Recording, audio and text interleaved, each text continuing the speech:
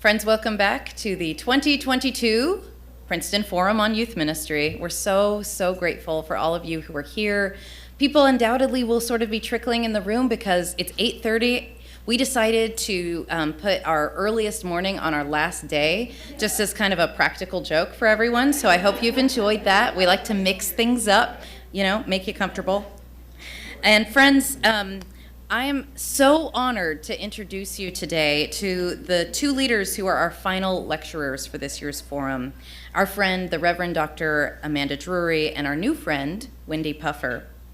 Dr. Drury, or Mandy as she is known to her friends, is an associate professor of practical theology at Indiana Wesleyan University, where she teaches classes like contemporary theological trends, partnering with families in youth ministry, teaching the Bible to adults, and so many more.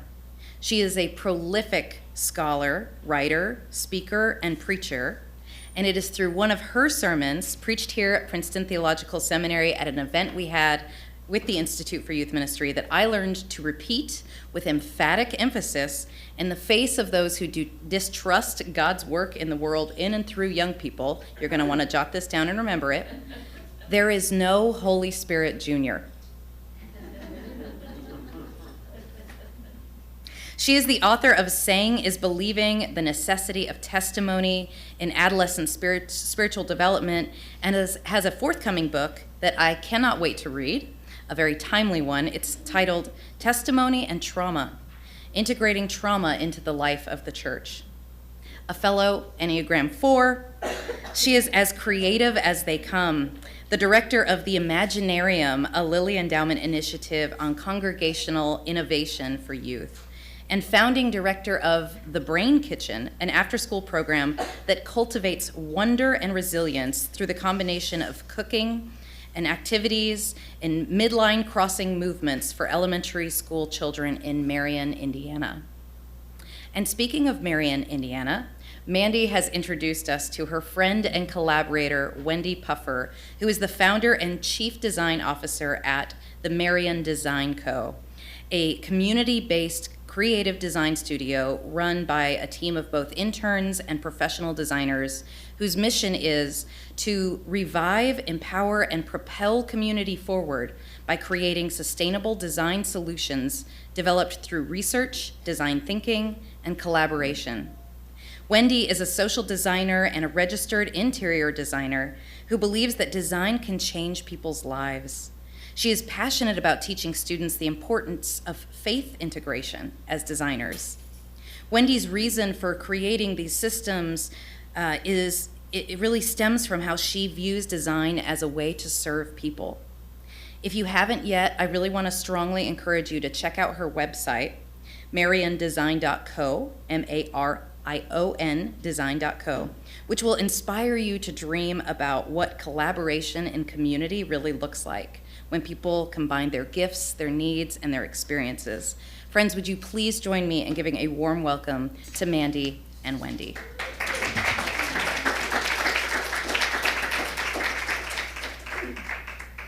Thank you, Megan. Wendy's going to join me here in a little bit, but first, Grace Woodard is going to join me. I first met Grace when she was a student at Indiana Wesleyan. She was actually a student of Wendy's.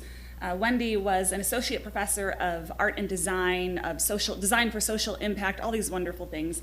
Wendy introduced us as a student intern to be doing some design work, and the plan was, okay, well, we'll work with Grace, and then when she graduates, we'll work with someone else. And that was how many years ago? Five? We can't quit Grace. It's pretty common to be able to find people who are good at art. I mean, it takes some search, but you can find artists everywhere.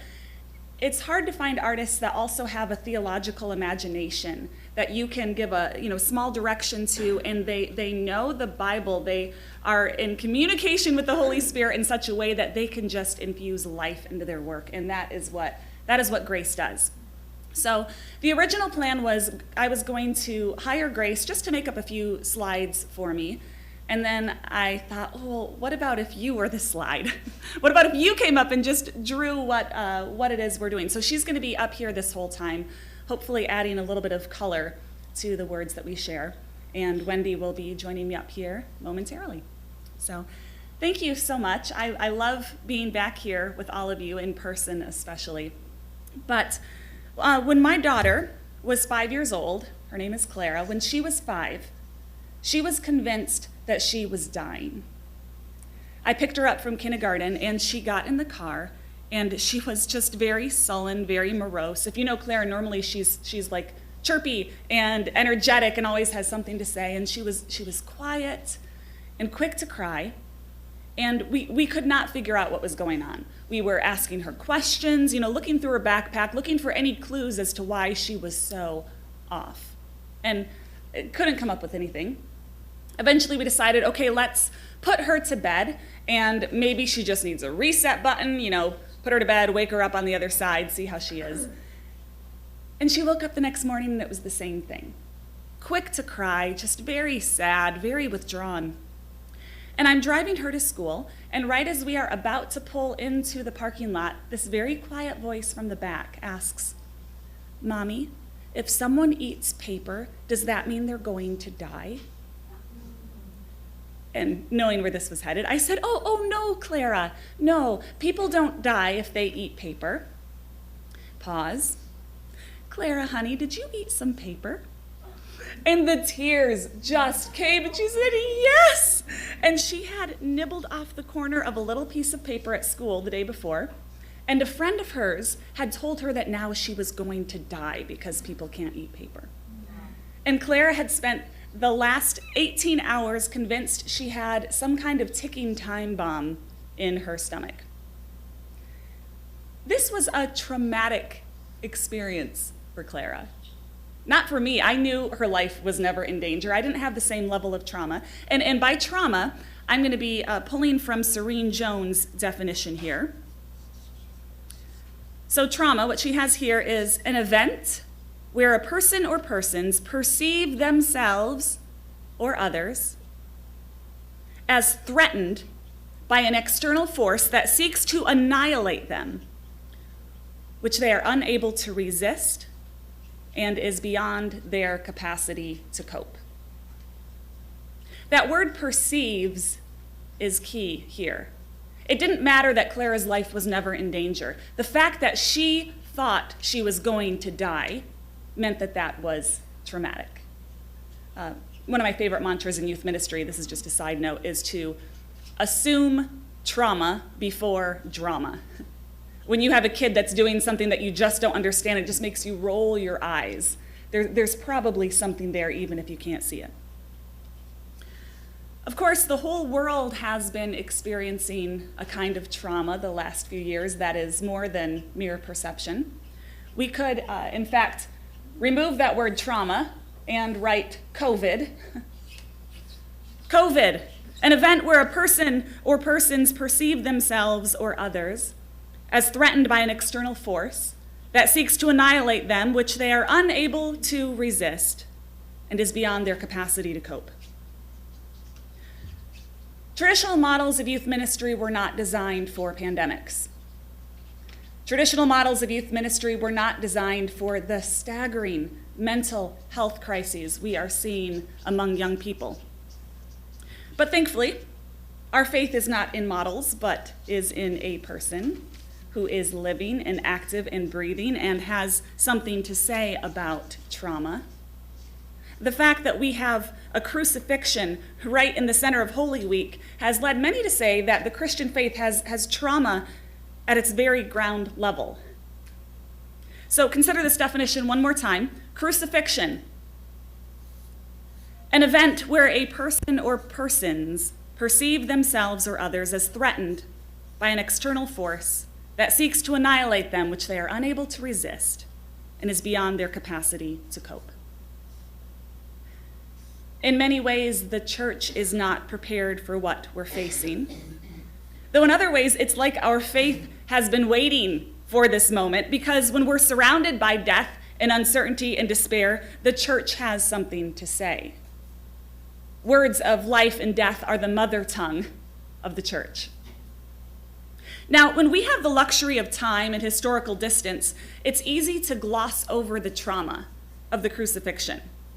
So this is why Many before me have called for Christians to slow down our spin through Holy Week, to slow down on Holy Saturday, to not just go from Good Friday to Sunday. Walter Brueggemann writes that while we must continue to speak a risen Lord, we need to slow down. He writes, "It is to be noticed and for our purposes important that the church has had very little to say about the second day, that Holy Saturday, the day in between. The 2-day accent is evident in the kerygma of 1 Corinthians that has no comment on the second day, and in the contemporary widely shared formula, Christ has died, Christ is risen, Christ will come again." And I appreciate this slowing down so that we can take seriously this liminal space between life and death, this Saturday. And yet I think there are limitations with Holy Saturday. My fear is that a person will fall into one of two traps. Either, one, she believes she is unable to experience the risen Christ unless she's able to overcome the Friday trauma. I'm stuck here in Saturday. I don't get to experience Easter until I am over this. So in which case, Jesus Christ isn't the antidote, but the reward. Or a second trap. The individual will experience the Easter Sunday of the risen Christ only to be crushed the following day when they realize their trauma is still there. I have seen the risen Lord and I am still a mess. Either I'm doing something wrong or Jesus Christ isn't enough. So I understand the space that Holy Saturday provides, but I wonder if we need a traumatic Tuesday thrown into our language to articulate that one might know the risen Lord, our teenagers might experience the risen Lord and still find themselves mirrored in trauma. Certainly this was the disciples' experience. They saw the resurrected Lord. Jesus said, "Peace be with you." He is breathing on them. And yet multiple times we hear that they are still huddled behind locked doors in fear. It's possible to have Jesus breathe on you and still be in trauma. Yes, Jesus is alive, but so is the memory of his public trial, his beating, his humiliation, his death. Christ has died, Christ is risen, trauma will come again. The early church is formed in the shadow of this trauma. Early Christians were trying to figure out what it meant to worship with one another while in the shadow of an external force that sought to annihilate them. We see this all throughout the New Testament. The Apostle Paul writes of an external force that leaves him so utterly, unbearably crushed that he despairs of life itself. The book of 1 Peter was written to a traumatized people who are displaced, who are being hunted down. And so when we hear staggering increases of teenage suicidal ideation, of overrun mental health facilities, of despair, numbing behaviors, of people in land that are exhausted, we crave the body of Christ. Even if COVID were to completely disappear, even if we never had another reported case, we would still be in this place of trauma, trying to figure out how to navigate the memories and experiences of the last 2 years. And even when the pandemic is a distant memory, there will certainly be something else to take its place. An invasion, a war. Christ has died, Christ is risen. Trauma will come again. The church has something to say about trauma. Youth ministry has something to say about trauma. Whether consciously or not, we have been preparing for this moment right here. Though perhaps our role has less to do with what we say about trauma and more about how we receive the trauma. So what does youth ministry look like when the world is mirrored in trauma? The churches I'm in contact with regularly are asking questions like, what do we do now? What should youth ministry look like now? I heard some of those questions yesterday. What do we stop? What do we continue? What do we start? And I hear churches talking about empowering youth, about giving teenagers a voice. And yes, I agree with that. The practice of testimony is something that is integral to the way that I understand how we minister. And yet it does seem a bit presumptuous to talk about giving teenagers a voice. It feels a bit presumptuous to talk about empowering them as if we have all the power and we are offering some as a gift. Because I think teenagers do have a voice. I'm not sure that there has ever been a time in history when teenagers have had more of a voice than they do right now.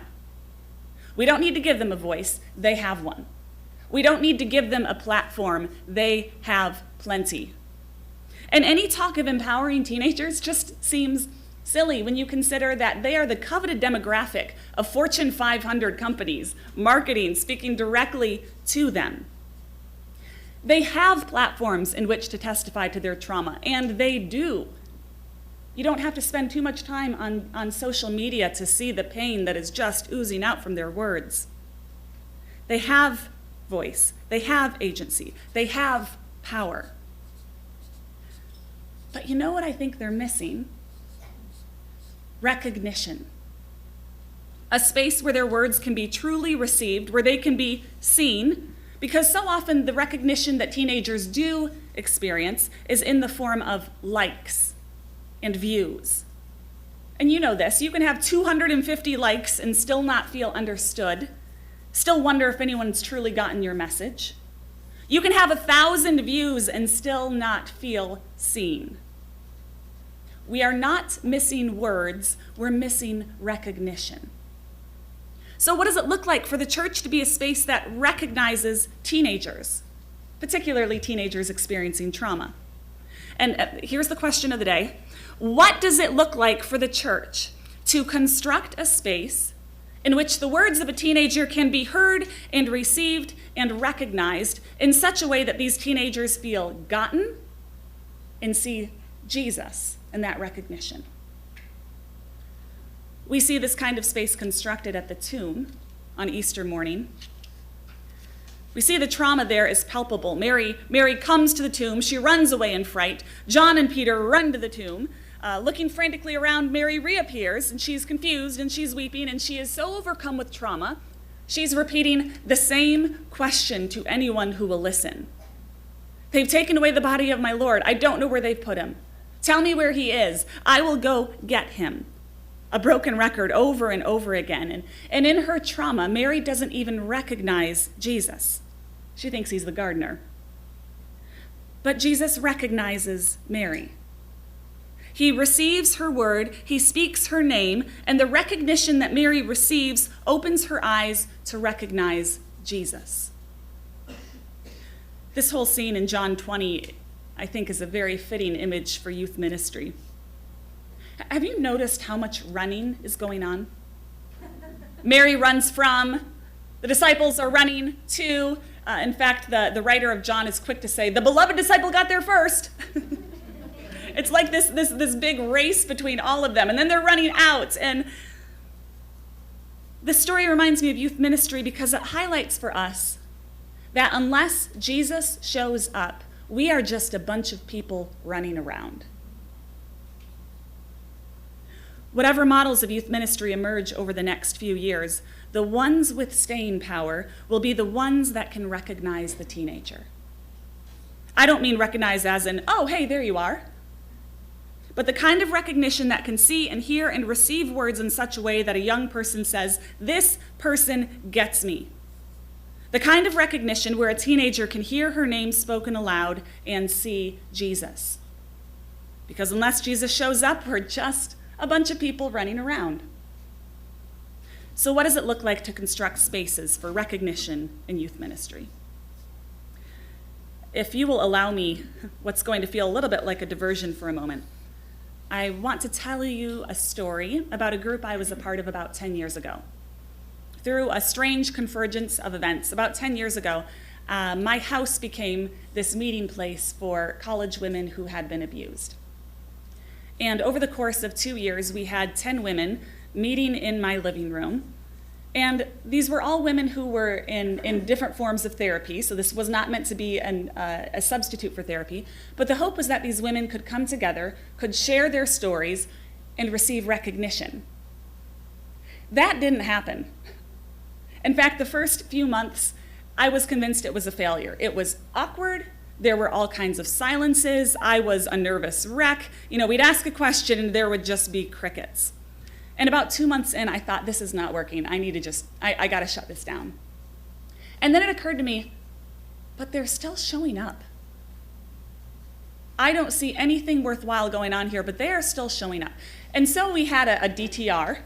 We had a conversation, just a very blunt, okay, this feels like crickets to me. This doesn't seem like it's working, but you're all still here, so tell me what's going on.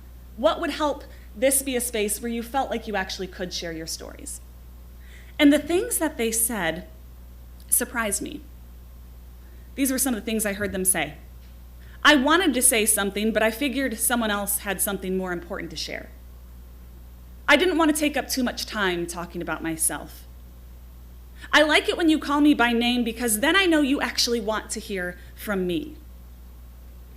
I had it in mind that I would ask a question, a woman would testify, and then we would recognize the words that she said, but I realized I had it wrong. That recognition is not only the response to testimony, the response to words, it's also the invitation to words. That the testimony we receive needs to be sandwiched in recognition. Now, humor me for a moment. Tilt your head up, so that you're up, looking up at the ceiling, and open up your mouth as wide as you can. And just stay there for a minute. That feels awkward, doesn't it? I hope if you're watching at home, you're doing this as well. Okay, heads back down. That's a really awkward posture to be in. You probably have never done that particular movement here on campus. But you know where this is considered a normal pose? At the dentist's office. When you are at the dentist chair, you're expected to tilt your head back, to open your mouth. In fact, if your dentist doesn't ask you to open your mouth, you should probably get a new dentist. But from the moment you step foot into a dentist's office, you are receiving signals that this is the place where you are going to open wide your mouth. There's rituals of recognition in place from the minute you step into that room. So there's waiting rooms, insurance forms, questionnaires. You're led into a small room. The chair is positioned just so that that's what you're going to do.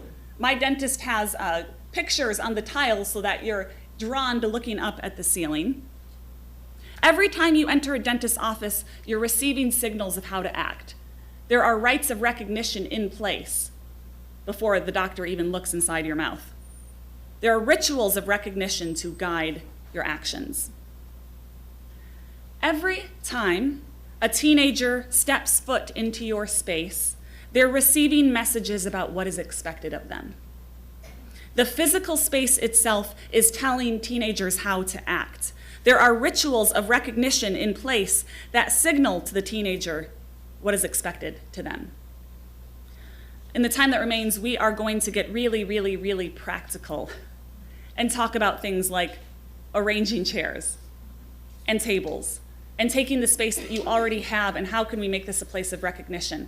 And before I invite Wendy up here, I do need to acknowledge the elephant in the room, because I've been talking about how current forms of youth ministry aren't working, and now I'm giving you advice on how to rearrange chairs. You know the phrase, rearranging the deck chairs on the Titanic. In some ways, that might sound like what we're doing here. But there's two reasons why I think this is a bit different, why I'm focusing on this. Is number one, whatever models of youth ministry emerge, we don't want ministerial whiplash. We don't want to turn the boat so quickly that people fall off. But more importantly is that in order to discern and develop these new models, we have to have young people intricately involved in these conversations. We can't create these models without the minds and hearts of young people. And we want to create the conditions in the spaces we already have so that we can hear and receive and recognize the words of the teenagers we want to minister alongside. So with that said, Wendy, if you will come join me. Wendy is one of my dearest friends, and I always love it when she comes over because she can just give, it's my house. She might just mention one thing or two, and I feel like every time you come, my house is transformed without me spending any money. That's the key part. That's the key part. So I'm gonna move this here and share things. So Although people who know me know I love to spend money. So if you have some. Yes, yes. Going to IKEA with Wendy is like going to Disney World. I've done it once, and it was like the highlight of my life. I'm Mickey Mouse. You're Mickey Mouse, yes. And we're gonna have to get close here, I think, to share Okay. this. I'll move close.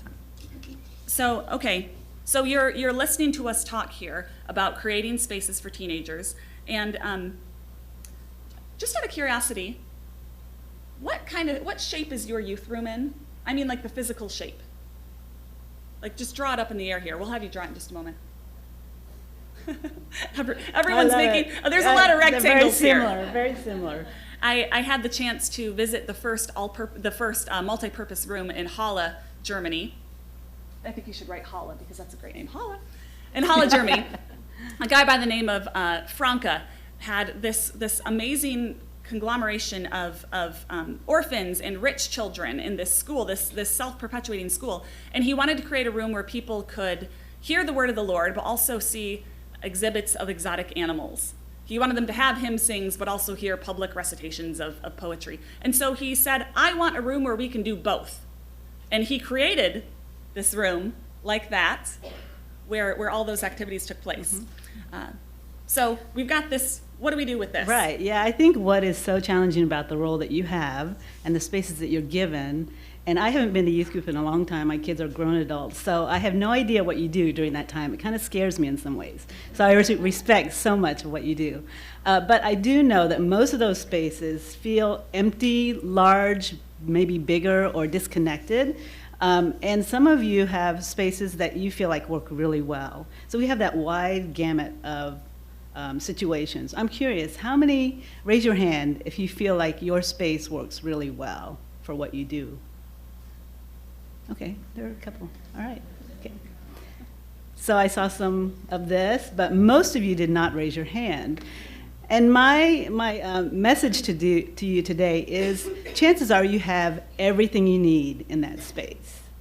And so what I want us to do is, I want you to walk away today feeling like, okay, I have the assets, here's my assets, this is what I'm going to do with those, or this is where I'm going to start with that.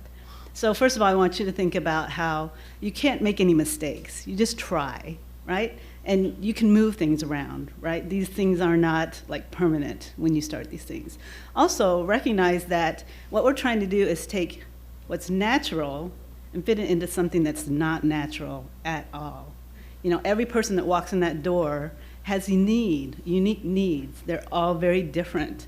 And no room can meet every need of every person that walks in, but we can try. So when Mandy talks about recognition and how we want each person to feel like they have some place to go, there are multiple ways that you can bring recognition to each person that walks in that room through small things. I would kind of consider overall these two things, assets and the whole principle of biomimicry. And last night, most of you came here and listened to Nate talk about his mission. And what the mission of biomimicry is taking what's natural, recognizing it, and applying it to what's not natural. So when you think about the square or the rectangle that you drew with your finger, that's very unnatural. Think about it. You don't see any straight lines in nature. Everything's imperfect. Every tree is bent in some way. So why are we trying to make these spaces feel natural when they naturally are not natural? So the first thing I would think about is, how can you make that space natural? And so why don't we just first start with you pulling out the grid piece of paper that we gave you, and just really quickly, don't look at perfection, just draw really quickly the general shape of your room and use the whole space. So you use the whole piece of paper. Just really quick draw the outside lines of that space. Anyone need more paper? Don't worry about furniture or other things, just the things that are permanent. We'll just take a minute to do this. You can start drawing this.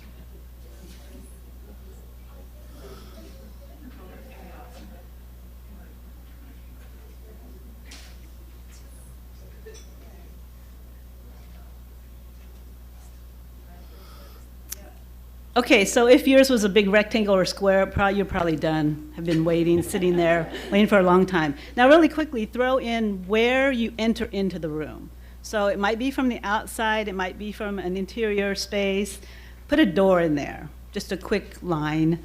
You might want to draw an arch to show which way the door swings. I don't know. Don't worry about that. So when you think about this room, it is a giant rectangle, and Grace is drawing that rectangle for us. We notice we have an entrance from the exterior or interior here, and we have an exit door here, which you can only go out, right? We cannot allow us to walk in that space, at least I understand. Some of the assets of this room, now, this room, we kind of are cheating because it's a beautiful space, right? So there are so many, but it gives me lots of examples for me to talk with you about. So as I'm talking about these things, I want you to think about what your space brings. It may not be in this material or in this number, but it brings something similar to it. So for instance, this room is a rectangle. So some of the benefits of this room is that it has straight lines and corners. Now we say those are not natural things, but let's use those as assets. So what do straight lines give us? They give us permission to put things up against them, right? We can move things against them. They belong there. Corners give us more like personal space, spaces where we feel like only a few people belong, right? Also, look at the materials in this space. So for instance, this room, while it's just a big rectangle, there are some things that the designers have done very intentionally to make it feel like you can manipulate the space. So for instance, you notice in this corner there's a brown wood panel that kind of creates a separate space. And there's something that we call thresholds in a space. So there's 4 different things we're going to think about. Thresholds are those places where I go from one activity or sense of feeling to another. And those thresholds may be visible, like the most obvious one is the door. Usually there's a panel along the bottom of the edge that you walk across. I know I'm inside the room when I'm on this side and outside the room. What's unique about this space too is you had 2 thresholds that you got to walk through before you got to this space. So one of the things that's a benefit to this space, well, that's probably to help keep the sound from out there. It slows down your presence into this room. So if the doors are closed, you have to open 2 doors.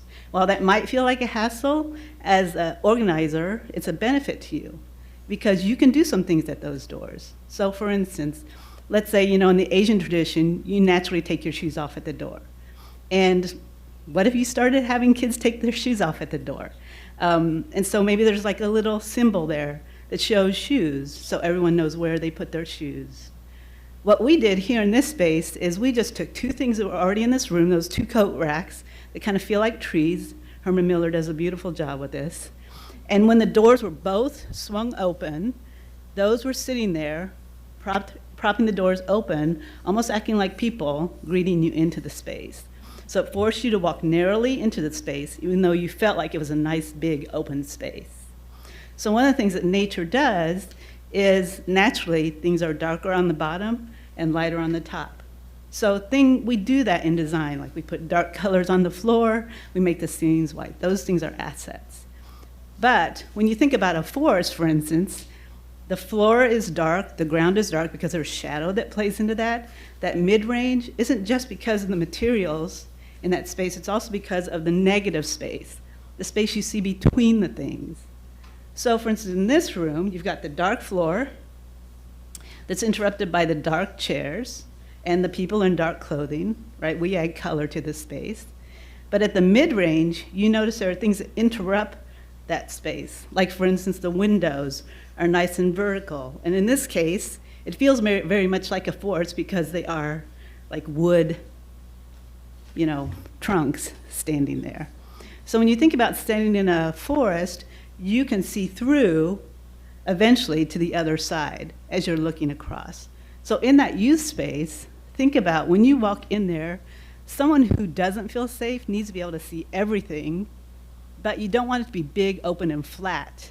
You want to add enough variety of heights and color so that they feel like they're drawn to something. And that same thing can happen from the ceiling. So here they've naturally divided up the ceiling with the different heights, But they've also not just put all recessed lights up there, but they've caused some of the lights to come down to add some interest to the ceiling. So think about a forest with the trees. None of those are all the same height. They're varying heights. So what can you do in a space? Like for instance here, if you were to just use string lights, but not just do them in the room, start outside the door. Like you begin feeling that as you're walking into the space, and then bring them into the space, and then stop them about at the door. You don't have to fill the whole space. And maybe you add it over here because you have a seating area. Does that make sense? So when you think about the sense of recognition that Mandy's mentioning, there are multiple places in this room that we've manipulated to help you feel recognized in lots of different ways. One of the most obvious is just the way we place the chairs. So originally they were straight across. The goal was to look front, right? Not to really pay attention to who's next to you. And that's okay. You know, it's okay not necessarily to, well, it's okay to like only have the focus be on the front. But my guess is you're enjoying this space because you can see the person across from you, because you know that person, or you want to get to know that person, or you see someone you hadn't seen this whole conference. So it like gives you a different level of experience in this space. Also, we have areas over here where we brought like clusters of seating that was already here. And so yours may not be these beautiful leather upholstered chairs, but folding chairs work, or little poofs, or pillows on the floor. So it can be on lots of different levels that you can bring gathering spaces. So we're taking advantage of this corner. These people, you know, like when you think about most events that we have, no one, you know, not everyone shows up at the beginning of the meeting. So chances are some people will show up late. So it gives them the chance to enter, to not be recognized at the time that they don't want to be recognized, but to still be very present in the space, and not to just give those as the cheap seats. So we put chairs at each of the windows as kind of clusters, so you know you're sitting there not alone with someone else. Over here, we put seats that they can still see us, and they can still participate, but they came in a little bit late, and yet they still get to really enjoy. They still have a front seat. Notice they did not come up here. So they still have a front seat, but it's not in the front. And you notice no one sat in the front, which you all experienced that, right? Put plants up here, or something that creates a barrier, because you feel so vulnerable in the front. So put something in the front that helps the person in the next row not feel like they're sitting in the front row, and kind of guards them a little bit. Also think about the fact that nothing in nature sits still for very long. So there's motion all the time. And the kids are moving all the time. But what in the room is moving all the time that kind of mimics their behavior? Most of the spaces have some kind of TV screen. So chances are you have some kind of loop or Spotify or something like that that can be showing motion on that screen all the time. And that screen can manipulate the way people respond to it. So it might be slow movement. You know, it might be, you know, water streams, something like that. Or it could be really active. So it can be responsive to whatever you're doing in this space. Okay, I'm talking a lot, so. No, you're good, you're good. So I heard you mention thresholds, and you had said that there were 4 different categories like that, that you thought people should be paying attention to in their space. So thresholds was one. Gathering, so we've talked about gathering, and gathering on lots of different levels. So in other words, if you're only meeting for an hour, and the majority of that time, like what we're doing here, is facing front, there are still going to be other activities that might be happening either when they start. So think about how every gathering is appropriate to, or gathering space is appropriate to that. And set it all up at the beginning. So if you have the luxury of having a space that's large enough to do that, set up all those multiple spaces at the beginning, so when people come in, they can sit wherever they want to. While this may not be the place that the first activity is, they may feel like sitting in this chair over here, and that's okay for them to do that. So think about the gathering, what kind of gatherings you want. So thresholds, gathering places. You've also mentioned home bases as our third space here. Right, so this is where you'll have to get a little bit creative and know your kids really well. So when you think about going to church every Sunday, everyone has a spot they go sit in their pew. And it serves lots of purposes. You feel safe in that space. You feel like you belong there, even though your name is not there. But chances are the person who always sits behind you would miss you if you're not there. Chances are the pastor would miss you because no one's going to fill that space if you're not there. So they'll see who's not there. So create home bases within this space. Now, you may not necessarily be able to have a space for everyone, but think in terms of the overall need of that person. So maybe you know a person always feels a bit stressed because they just came from work and they need some place to just decompress. Always have that space in the corner where they can just sit and be by themselves. So think about the needs of the people and how you can create that home base when they come in. And some of that too involves seeing where they naturally gravitate towards, to pay attention to what they deem as being a home base, and then leaning into that and shifting that space or adding to that space. So we've got thresholds, gathering places, home base, and then transitions as the fourth. Right, so chances are you don't do the same activity the whole time. And so it's not just about transitioning everyone all at the same time, but transitioning a few people or based off of the need. And again, I'll go back to that and say part of biomimicry is recognizing the need of the environment itself. You know, you think about every animal, every plant moves toward food and water and light. So that's the same with kids. They move toward food, water, and light. So wherever you have that, they're going to move to it. So think about how they get there. So this isn't about the destination, but this is how their experience is when they get there. So when I moved into this space, it was much more like interesting as I walked in because there were things to look at and different ways that people could stand. But also think about some of your spaces aren't easy to create transition spaces. So get some casters and put them underneath the couch. Or get some 4x8 cardboard. You know, just about every region has some kind of cardboard or paper company, or Lowe's possibly. But 4x8 sheets of cardboard, which run about $5 at a paper wholesaler, can create beautiful temporary walls. And we have cardboard clips, which I forgot to bring this morning, but Amazon sells these cardboard clips just so you can connect cardboard together, and corners that hold them 90 degrees.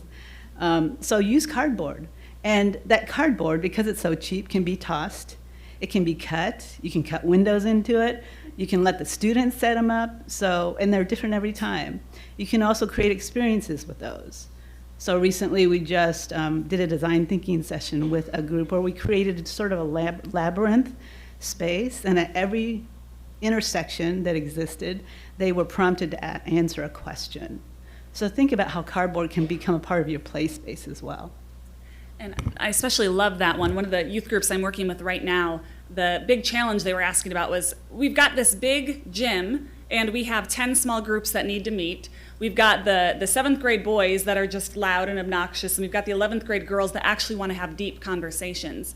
And what I loved about what you were sharing was, first of all, casters on furniture means you can move stuff around. But if you have just a series of walls, you know, just corners like this, that can be moved around where people can go and grab their walls to create their own little space. Even though they're all in the same room, it creates a certain kind of intimacy that makes me feel like I can share. It's not just this cavernous space where I'm worried about my words echoing. We do have another tool that we're going to hand out to you here. So I teach at Indiana Wesleyan University, and through a grant at Lilly Endowment, they have, can you open this for me, Wendy? They have a Discovered Opportunity grant type thing, which we applied for and got, which meant we got to create this little tool for you guys to hand out. And so we have one for each of you here. You won't be able to open them, but you can at least have it in your hand. No, this is a card tool called Story Holders. And I don't know if you've ever had the experience where a kid said something and there's just this awkward silence afterwards. You don't quite know what to say. I know I've had this I was with a group of 6th grade girls, and one young girl shared a really painful story about what had happened at school that day. And she finished, and there was dead silence. And and I'm trying to get the group to care for this young lady, and it's awkward. And I'm so thankful she shared, but we're not recognizing her words well.